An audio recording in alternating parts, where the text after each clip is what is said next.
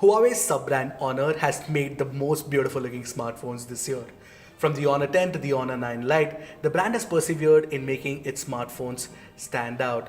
The latest addition to this list is the Honor 9N, which was recently launched. Now the 9N is basically not a great upgrade from the 9 Lite, but it does change a few things around. And quite honestly, I like these changes. Hi, I'm Ashar from Mr. Phone, and here's my first impressions of the Honor 9N.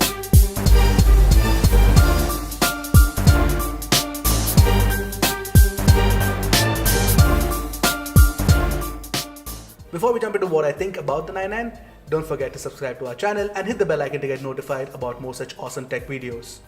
Also, we have a new Facebook and WhatsApp group to build our community, links to which are in the description below.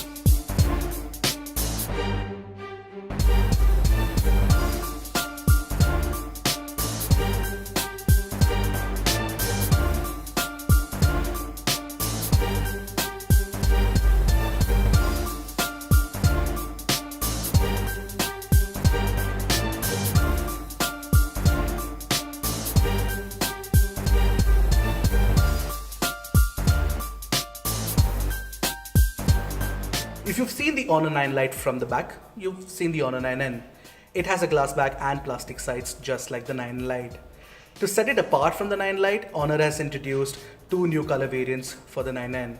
And honestly, they look absolutely gorgeous. One looks like the sea green and the other is a purplish shade. Unfortunately, these colors are coming only later this year. For now, we will have to stick to the black and blue variants, but if you ask me, if you do end up buying the Honor 9N, you must get one of the new colors. You will at least have a phone that stands out from the sea of blacks. On the rear, you also get dual cameras on the top and a fingerprint scanner that is placed at an easy to reach location. Turn the phone around and that's where you see the major design change.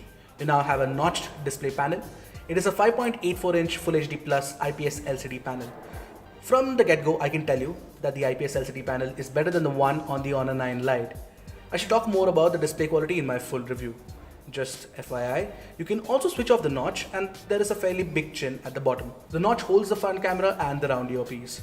The bottom edge has the same old micro USB port, flanked on either side by the single downward firing speaker and the 3.5mm jack. The power button and the volume rocker sit on the right edge, whereas the hybrid SIM card tray is on the left side. The other upgrade comes in the form of a single 16 megapixel selfie camera on the front. Honor claims it takes better pictures now. Take a look at some of the camera samples to judge for yourself. I will do the quality analysis in my actual review. On the rear, you get a 13 megapixel main sensor with a 2MP sensor just for depth effect. The setup is same as the one on the Honor 9 Lite. Here are some more samples for you to see.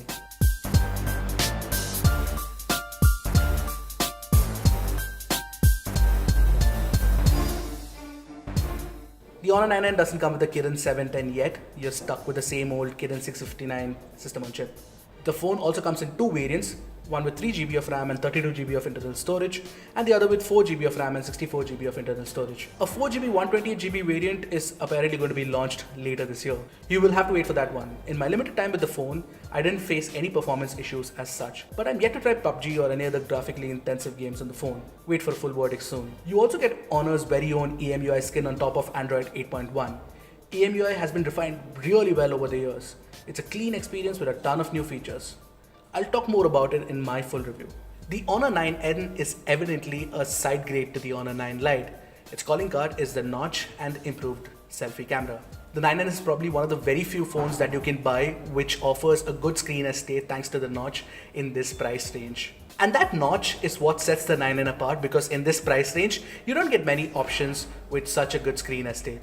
But these are just my first impressions of the Honor 9N for now, but you'll have to wait for a full review to figure out if it's actually better than the Xiaomi Redmi Note 5 Pro or the Asus Zenfone Max Pro M1. Do let us know in the comment section below what you think of the Honor 9N, and until next time, this is Ashwat signing off. Goodbye.